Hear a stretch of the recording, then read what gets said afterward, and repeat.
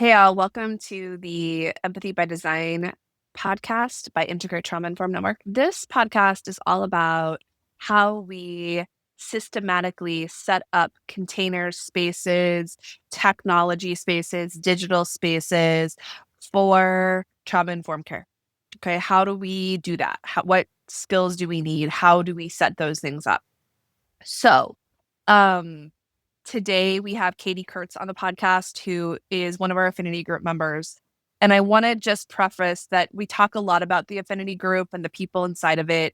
So if you hear us talking today about it, I wanted to just give an open invitation that if that is something that you're interested in learning more about, it is our community of practice. It is like our own network of people that are creating a consistent practice to embrace trauma informed skill development in interpersonal relationships from that lens together, because there really is no other place in the world that it is, or in society that we have seen, unless Katie or I or other people we know are creating the space, the container to practice doing this, where everybody has that value and we're working towards that value.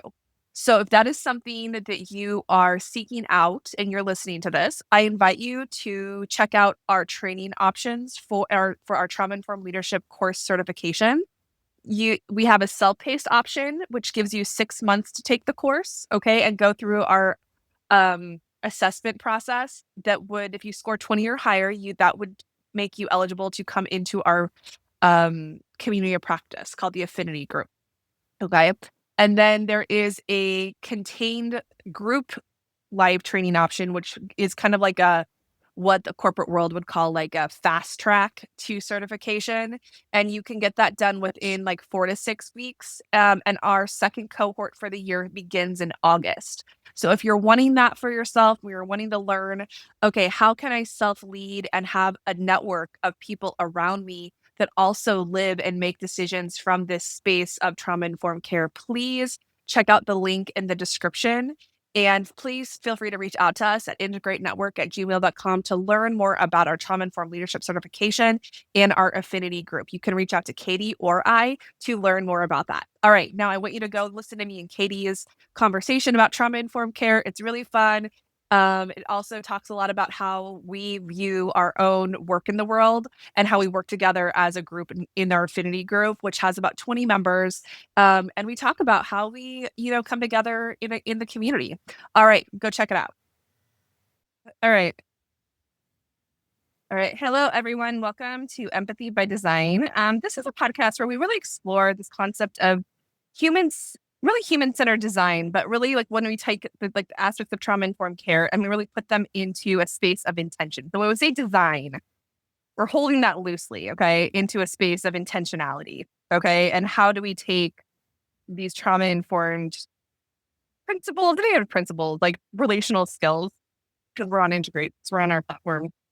How do we take those relational aspects that many people yearn for, and how do we build them up intentionally in digital spaces where I usually work, and I do some mind body work as well, and then in training spaces, every space that where people are interacting with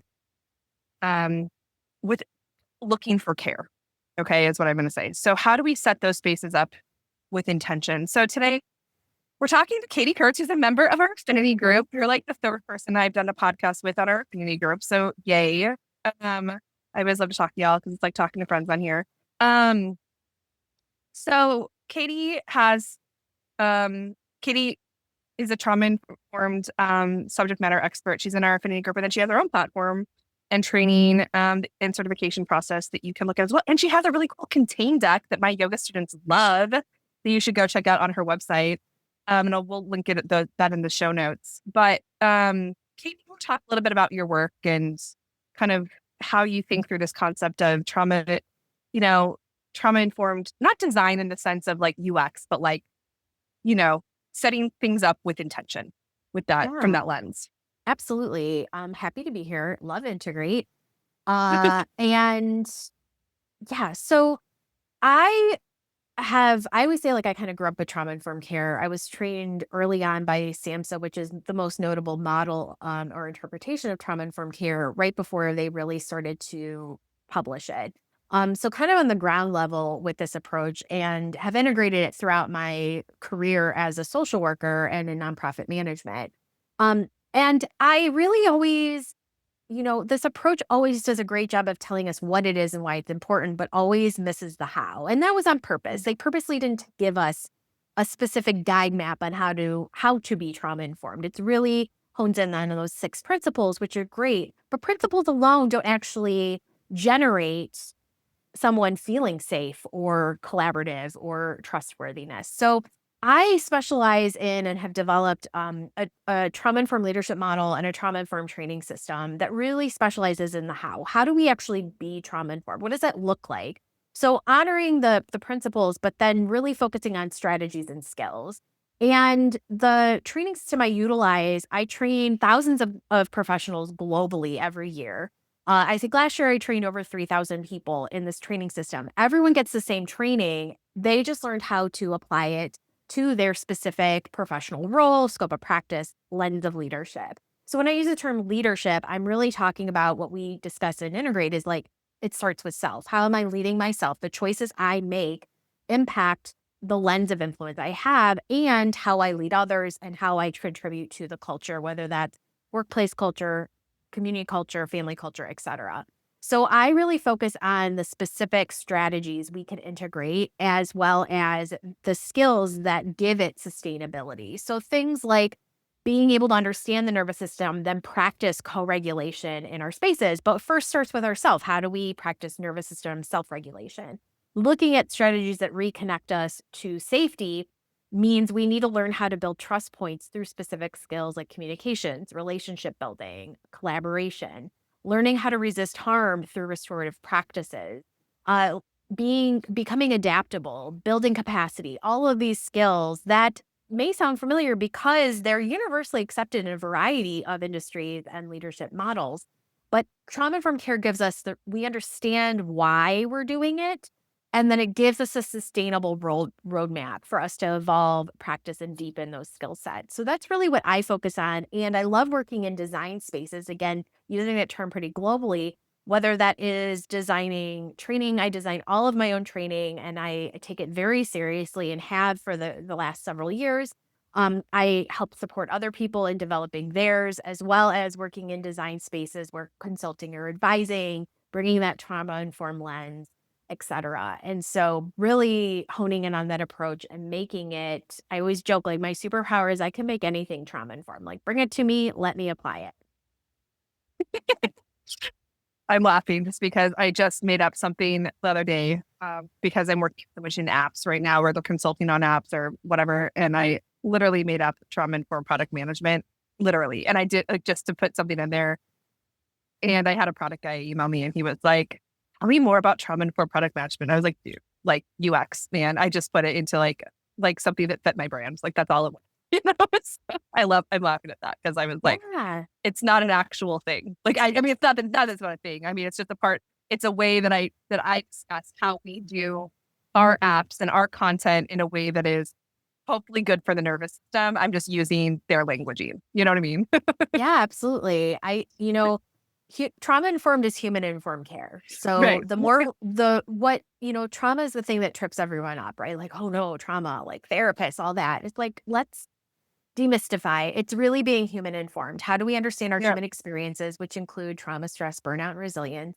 How do we Mhm. understand our bodies, which include our nervous systems that are literally the command center of how we exist? And then our behaviors, our actions, our Right. choices. That is what trauma informed care. It's human informed leadership, human informed care, human informed insert whatever you want there. Yeah, absolutely. So let's talk a little bit about that design or intention. Okay. Having a plan is what I always say, like, because I do think that that's like the main line of it. So let's talk a bit about how you kind of craft that, like any space. You can pick a space, like pick an example from your life, right? From your life. Mhm. How have you set up what elements have you brought into place when you're designing, you could do training. Excuse me. Bless you. Sorry. Outside. That's just the byproduct of being outside podcast. So um whether it's like designing a training or setting up interpersonal space with groups, like what is your how do you go like set us up or like maybe what is your decision making process through that? Yeah. So I think we need to get really clear on what the purpose is. What is the purpose of the space? And again, is it a physical environment space? Is it a group space? Whatever training space, whatever it may be. I predominantly my company and what I do is as a trainer. So I come in as a subject matter expert and I lead training with, you know, teams, departments, companies, and then I also train individuals.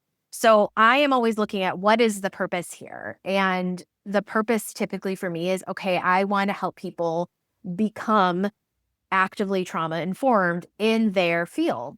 And in order to do that, I need to also come down to, okay, what does that mean?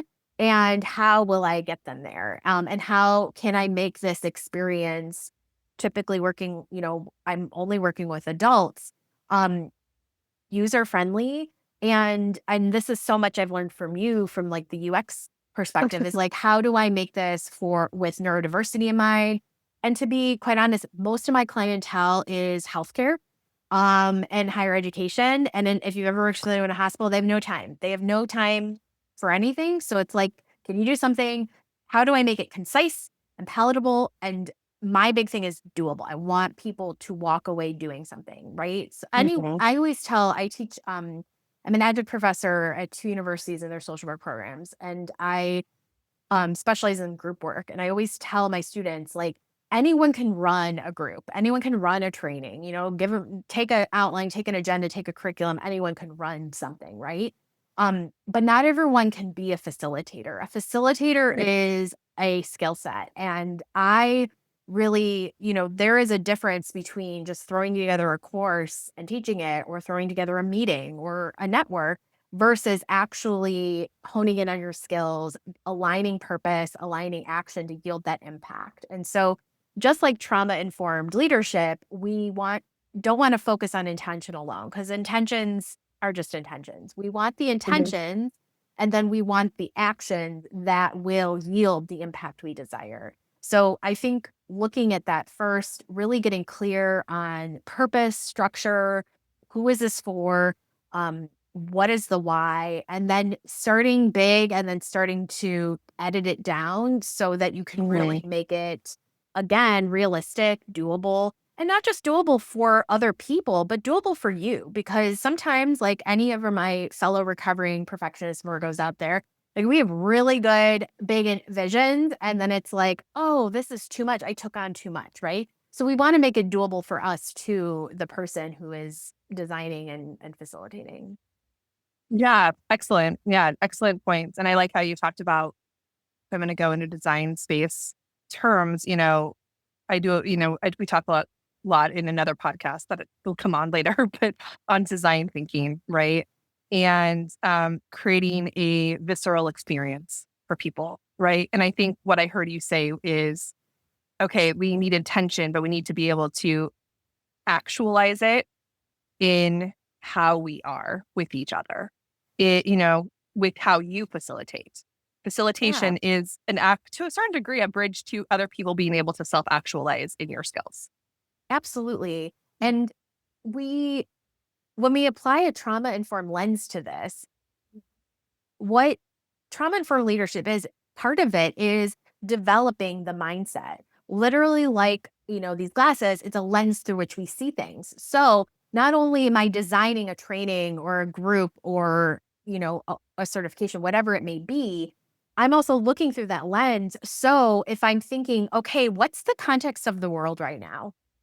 What are Mhm. people's capacities? How am I being mindful of that when I develop this training, when I develop this, whatever the tangible item is? How am I considering trust in this? How am I considering power dynamics? Because the power dynamics are always at play, right?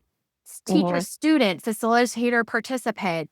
whatever it may be, there's always relationships of any kind, relation dynamics include power dynamics. So how can we be cognizant of that and then notice where we could begin to assert power over dynamics and come back to power sharing, that powering with.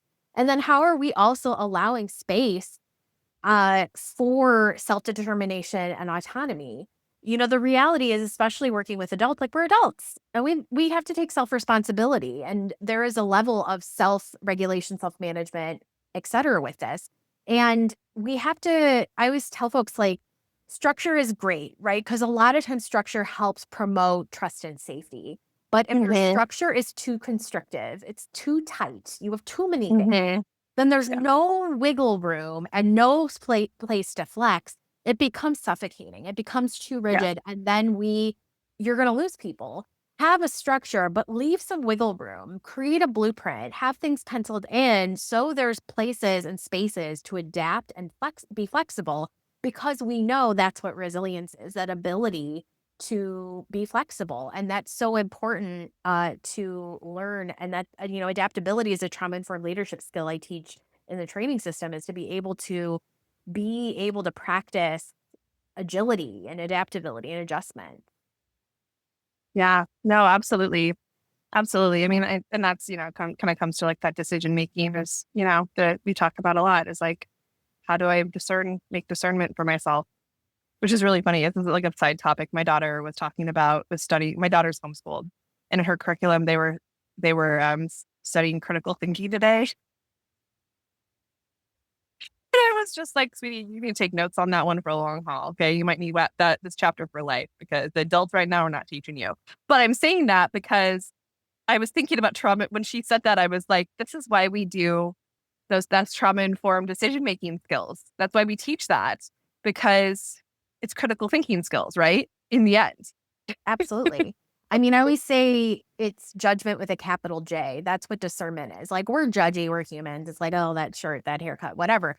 But discernment is like capital J judgment. How do I judge what is going on before me? And our lived experiences, our identities, our neurodiversity, our health, it all impacts our ability to judge, to discern, to critically think. And just like empathy, we are not born with critical thinking skills. We need to learn and we need to work at it. And me included, like we're always developing, we're always, staying sharp in those critical thinking skills. But in order to critically think, we need to lean on the trauma informed leadership principle of curiosity, leading with the mindset of curiosity over judgment, lowercase j, opens again, judgment with a lowercase j constricts the space. It narrows our vision. And when we're stressed out, our optic nerves literally narrow, right? Curiosity widens it. So how can we expand our lens of empathy and curiosity, ask good questions, listen so that we can discern and critically think? Oh, absolutely. Absolutely. And it's just really important right now because you know, I think that critical thinking piece is just really important. I mean, depending on where you are working in the world, I just feel like that's something I know you hit on it. We hit on it a lot in our training. Candace hits on it with chaos mindset 200%. Um, but I think it's a big part of self-regulation that isn't always like we don't say the name. We're like, okay, well, when we talk about self-regulation, we're also talking about thinking clearly within our thinking, judging, discerning what's happening in our nervous system, what's happening inside of ourselves, right? Like, Absolutely. so to a certain degree, sometimes I'm like, can we change self-regulation to critical thinking? Because I think that might be a really good language shift right now, is all I'm saying. Yeah, but I would also say that, like, obviously, if we are dysregulated and Yeah. depending on the continuum of dysregulation we are experiencing, Yeah. we're often coming from a place of reactivity. And we Yeah.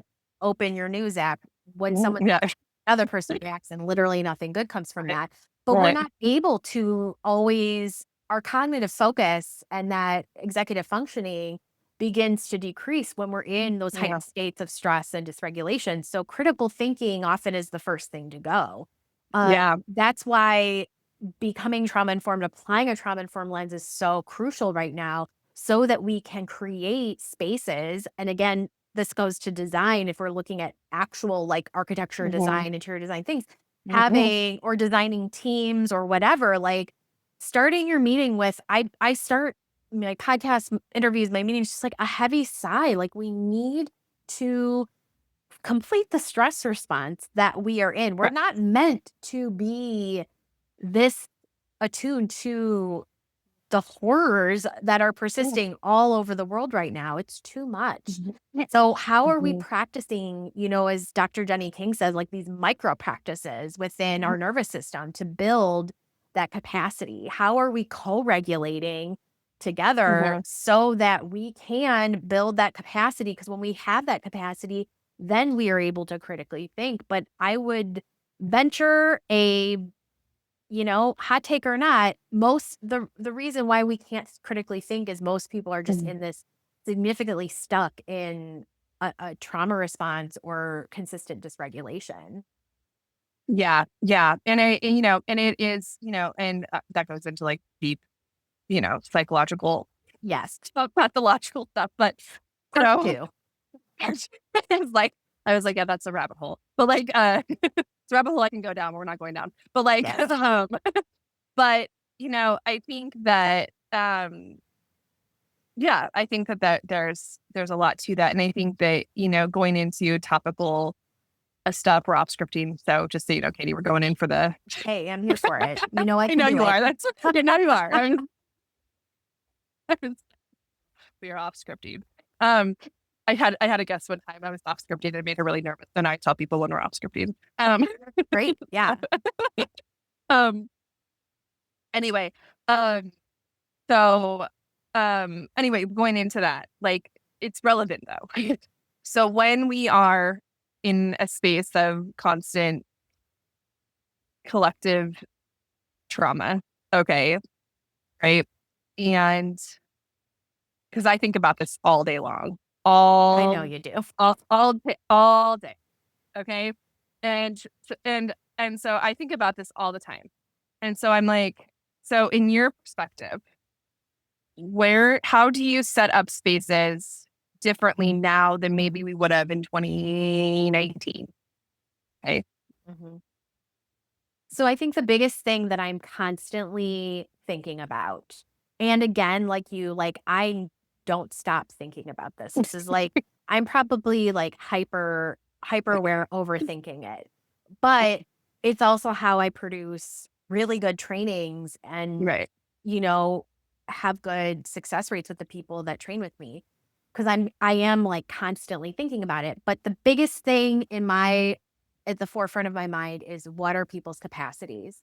And when we think about capacity, I always liken it to like a vessel of some kind, like a Hmm. container, a water bottle. Like think of that as, how much can you hold? What are your limits? What are your boundaries? And so we need to be thinking about not just our nervous system capacity, but our mental capacity, emotional, Hmm. resource capacity, all these different levels.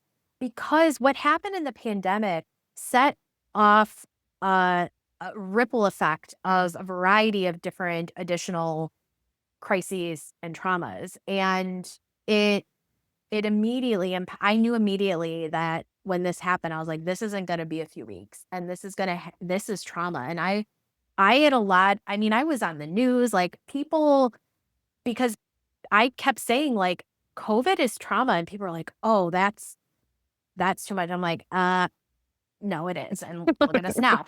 Um, but I'm thinking about capacity. I'm like, what's realistic right now with people's capacities? I'm considering it from an individual kind of micro level of like, what are Hmm. people just dealing with on a day to day basis? And how that impacts safety, right? I'm looking at the physical, the social, the cultural, moral, financial, psychological safety perspectives that derives from Sandra Bloom's work and considering it with capacity and like, okay, and then what's happening on a collective communal level and then culturally. And that's where I'm kind of coming from. I'm considering more the depth, right? If we think of an iceberg, all of what we're seeing on a day-to-day basis is the tip of the iceberg, right? It's coming through behaviors. But if you look underneath, there's so much there, right? It's where all the roots lie. And so I think that it's quite a gift for people like us who are able to see people beyond the surface. Mhm. and consider that. And that's again what trauma informed anything is, right? It's human informed. I'm looking at the full human before me and the intersections that consist of that person and the nuances and complexities.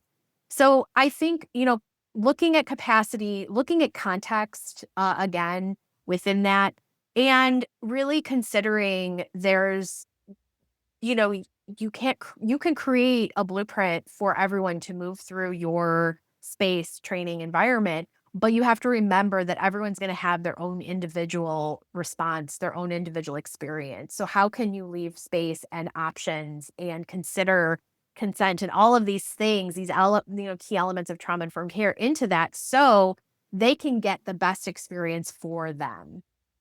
Absolutely. No, that makes so much sense. And I think because I was even thinking about because I've been thinking about it a lot because I'm pushing out, pretty, big things, in a really weird time. And I'm thinking like life's weird right now. Um, but like I was thinking about 2019, I was like, I like didn't have to think through all this. Like it just happened. Okay. Because people had the ability to do it. Like I'm thinking of like our trainings we did like in St. Louis. Like it because we weren't as in deep of a everything in 2015, 2016, 2017. Well, Obama was president, so like for part of that. So like, there was a little bit felt a little bit more supportive, in terms of a little bit more in our society, and then I think about like 2017 when Trump got elected again, 2018, and I've just been like thinking through how facilitation design has shifted for me and how it's just been a really interesting retrospective to like think about what's different. What am I having to do now? Because people are clearly going through something very traumatizing in real time. Both two things, we had COVID and we did things differently. And then now we have systems collapsing and fascism. And now I'm like, okay, so we like things have to look different. I don't have a playbook for this, like you said, but blueprint, right? So but back like in 2018, 2019, I felt like I could like, oh, well, yeah, we can look at SAMHSA to help with that. Now I'm like, and we've evolved since then and have gone different ways. But I'm like, yeah, we don't have a blueprint. Yeah. Yeah. It, it, I think a few things though from this that I personally look at is my practice has deepened so much since 2019. Yeah. And a lot of it has been from my own lived experiences, Mhm. um, and my own healing of Yeah. trauma, and also experiencing new trauma in the last 6 years. And deepening my intersectional practices with trauma informed Mhm. care, like being actively anti oppressive and anti racist, has really, Mhm. really deepened my trauma informed care practice. And additionally, really recommitting to my trauma informed self care. And I think so much of what I do, and even if I'm overthinking it, I don't care because this is like, I feel like I'm at a level of embodiment with Right. this approach. And I'm so grateful and I'm excited to Yeah. see how I only deepen in this practice as I get older and learn and evolve because that's what this is. It's an Right. evolution.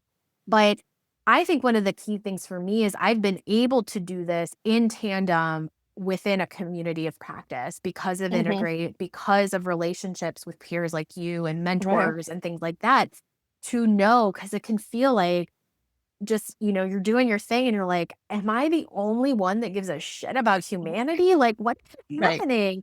And so if anything, like, I don't do silver linings, but I do think that am more mindful and I am more taking more time to consider how I do things because of the catalysts of things that have happened over the last several years, but also Mhm. because I mean, the way we're talking about mental health and trauma and healing now is vastly different than what we were talking about Vastly in different. 2018. Um, everything is shifting, right? I mean, if one more Right. person tells me trauma is a buzzword, I'm going to lose my mind because I'm just like, is it a buzzword or is it finally people having language and meaning making around their lived experience? Right. Like, what Right. is it? So yeah, like a lot has happened, but it's all like, of course it did. This is how we evolved Yeah. practice. Right. But I will say now we are at a threshold of, I'm a firm believer in honoring the origins of this approach, especially the unnamed survivors and advocates and activists that are Mm-hmm. responsible for it. But Right. we cannot rely on the government, the United States government, aka SAMHSA, for the future Right. of this approach. The future of this approach lies on us and the people leading this approach out loud, because we don't know what's going to happen to it from a government perspective. Yeah, and I think that's what I meant by like we don't have a blueprint anymore. And it was that my kind of undertone of that was kind of the Yeah. the expand, kind of I don't really Katie and I share a belief that SAMHSA is not as relevant as it used to be. In 2019. And I mean I think that's my opinion. Don't come in and with don't at me. But like but I mean, I come at me. I'm happy to discuss it. okay, And I do so all okay, the time. It's a fine approach. The only reason we yeah, use it so much is because it's literally the only thing we have published that talks about yeah, trauma informed care from a non-specific, like niche lens. But we can honor it without putting it as the yeah. sole thing. It was never And I intended to be like the mecca, you know? right. And I think that's the thing when I mean when I say don't at me, I was kind of being joking. But I like know. cuz I'm it is feeling very spicy today, Julia. I'm I just like, you oh, are. You come are. on. Katie's ready for the discussion. I But mean, I I think for always me, am, but yeah. I know you are. I know you are. But I think what I mean by that is it's like okay, I mean if I have to open up another trauma informed training book and I see the SAMHSA model, I just feel like sometimes like when I look at it right now today, especially today, it's been a day. It's been a week actually for me. But like I'm like, yeah, like this does not feel visceral to me. You see what I'm saying? Like No. Oh, yeah, no. and yeah, No. does that It's make sense? So very like surface. It's just here's these 6 principles, these 4 R's, and it's like and the 10 implementation domains, and I just every time I look at it or sit through something, I'm just like, it's so flat. right. And it's like, how are you what I used to be like, how what were you thinking with this? Like, what was the next step? Uh, but it was intentional. It was intentional to leave it up to the interpretation. And that's where we see things like the Missouri model and trauma informed Yeah. Oregon who kind of took it Mhm. a next step, but we're still so stuck in this clinical health human service lens.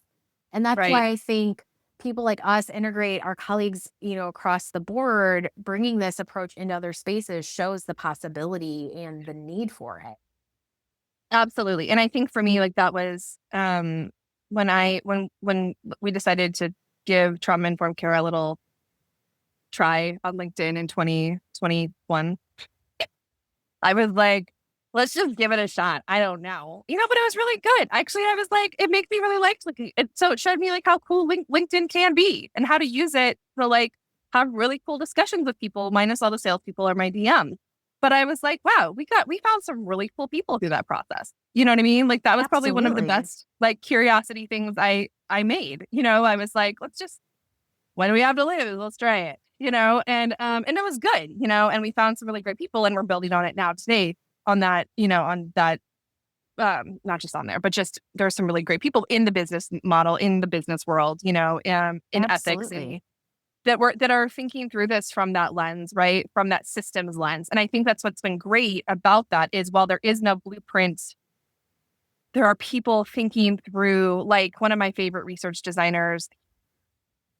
Okay, but there's a lot of them, but there's one who does. I think she is in New Zealand, but she uses Aboriginal concepts to design spaces, and I'm like, oh, and her stuff is so cool, and I'm like, okay, and of course, a lot of it is very similar to like restorative circles, that we kind of have today that are based in Indigenous, and I and I'm in today where here I am, when I'm like, 'cause when I'm sort of, blending this work, into kind of wellness places and also in the tech product space simultaneously.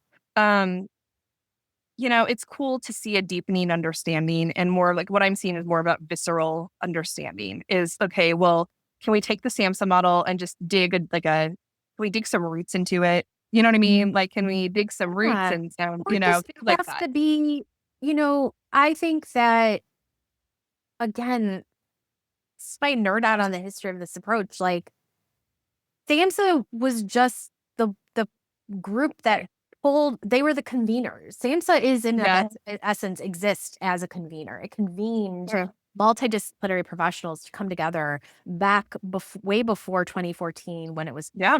TIP 57 was public, to convene to create the National Child Stress and Trauma Network. So this has Hmm. been happening for years, but again, it's one thing. We Right. only, the reason why we put so much emphasis on it and consider it a best practice is because SAMHSA typically is the clearinghouse of best practices and evidence-based Yes, practices. it However, does. it's also one of the only places, again, you can get tangible written publications about the approach. Yeah, And exactly. but, trauma-informed care in its essence is rooted in indigenous practices and social justice Absolutely. frameworks. Like, this isn't new.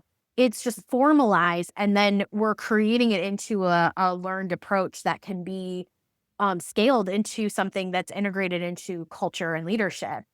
I everyone I always meet, I'm sure you get this all the time. Like, I think I saw someone comment on a LinkedIn post, like, what's the book we read about this? Like, what book is there? And I'll let you know, I did the work for you all.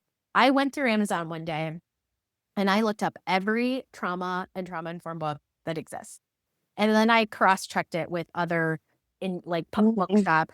And there isn't one book to talk about. Yeah, It's always about something else. My bookshelf has like trauma-informed design, trauma-informed yoga, all these things, but it's niche.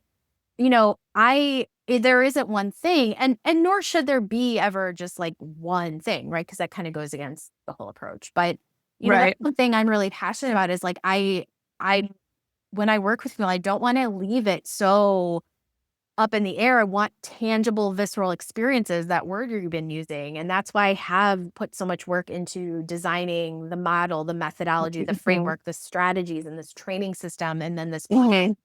of community practice and certification so that people have something tangible. Am I the only person or, model? No, of course not. Mhm. But I want, one day if I ever get time, again, as you know, Julie, you and I are the opposite. You get everything done and I'm over here like still working. Uh-huh. To have that book, write that book where we're giving people, okay, if we're Googling trauma informed care, here's like at least something, a reference, a point of reference to this approach. Yeah, And that Sarah is wants to write valuable. a Sarah put a little bug in my ear like late last year. She was like, "Let's put together a collective book in our affinity group," and I was like, "All right." Like that's in the back of my head, just so you know. I just said it on a podcast. Great. So we were Well, then it's like gonna let's. happen. I'm I sure I know. will knowing you, Julie, I'm sure you'll have it written and published next week. Like, that's just like, So, I don't know. I need you to like give me whatever but but secret but magic you would herb you're taking because but you would be in it because it would be the event. Like you know what I mean. bring Like me that's in. Let's do it. Sarah asked me about it a while. Sarah and Danny both asked me about it, and I was like, let's talk at the end, like mid 2025, and here we are. And I was like, and it's been coming up recently, and I was like, yeah, I think like we could figure this out. Like we could figure it out. We could do it. Like so. And Sarah writes things out. She manifests writing in like 12 seconds. That woman Yeah. does. Sarah like is in a million books. Great. Right. She is. I was like, good, you can edit it and help us put it together. Can you be our makeshift And editor because we need it this is why I love integrate, and this is what I tell people because you and I both have had, plenty of experiences of people yeah. in this field, especially the trauma informed field, Mhm. where the reactions, the trauma responses come up, right? And like Right. you know, I I'm human. I get into comparison and all of that too, Yeah. and the what ifs and the wishings and Mhm. whatever. But Right. I do the same thing that we all kind of do the same thing. It's different. It's a Right. little different and we have our own approaches and niches, but I am the first to be like, we're always amping each other up, Yeah. checking each other's work, checking in, like, hey, can I run this by you? Or sharing and amplifying each other's stuff because it's truly that collaboration and peer support Mhm. and mutual aid that is so key to this. Because like, what do I have to lose? Like Right. Nicole Lewis Keever, like what more people are running businesses from a place of resilience rather than trauma, like, what do I have to lose from, right? Like more,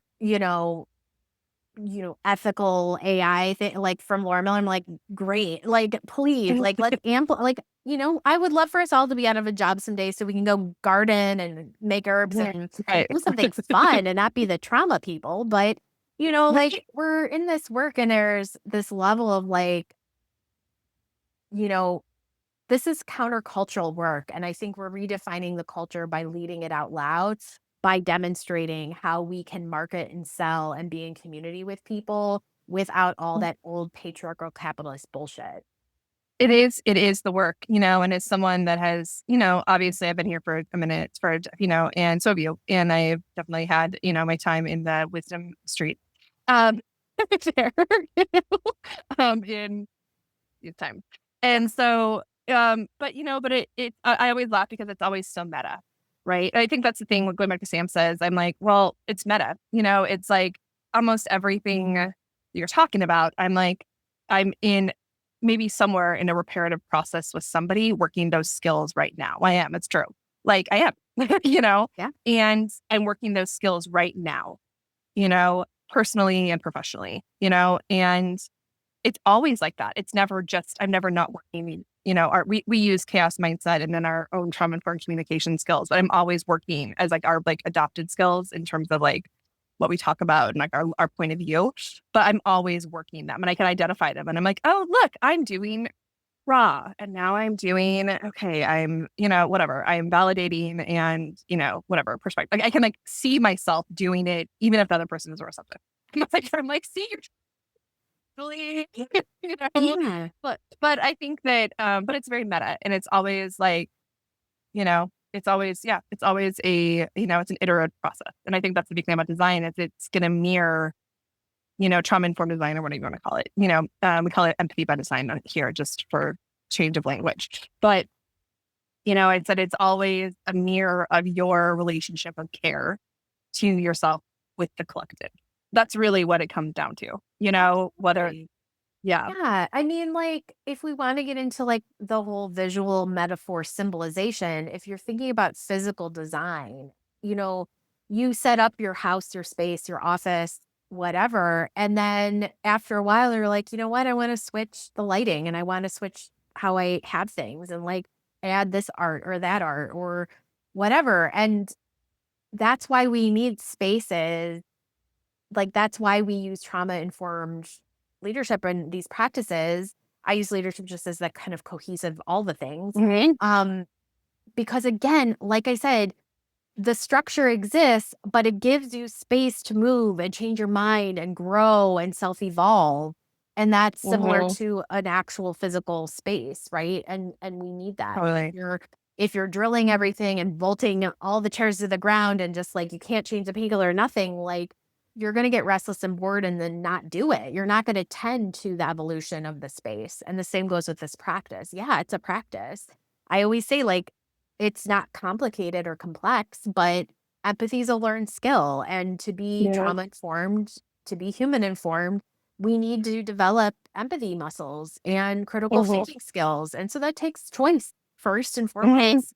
And then with that choice makes continuous choosing of how am I going to choose human first or profit first, product first, whatever else Right. works. So it's an intentional choice, but it's a choice we can no longer afford not to make. And the only thing getting in the way of us not having trauma informed everything as the expectation at the exception is us. We just need to get Yeah. out of our own way and start making the choice with small shifts because that's all it takes. Oh, absolutely. I'm right there with you. 200%. All right, Katie. So how can people find you? What's the anything you want to share on like projects, your next thing, anything like Yeah. that? So happy to connect with folks on social, most connected on LinkedIn and Instagram. I have a Trauma Informed Future podcast. One of the episodes was with Julie a year ago on vetting, which was so good.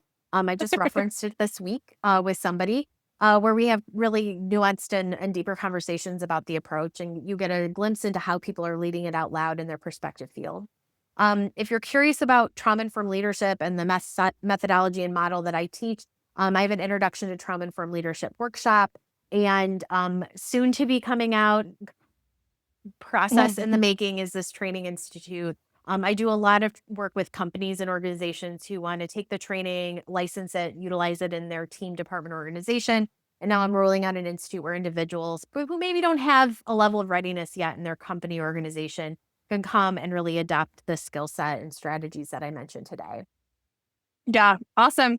Well, thank you so much, Katie. Thank And yeah, you. gotta find it. All right, I'm gonna stop recording.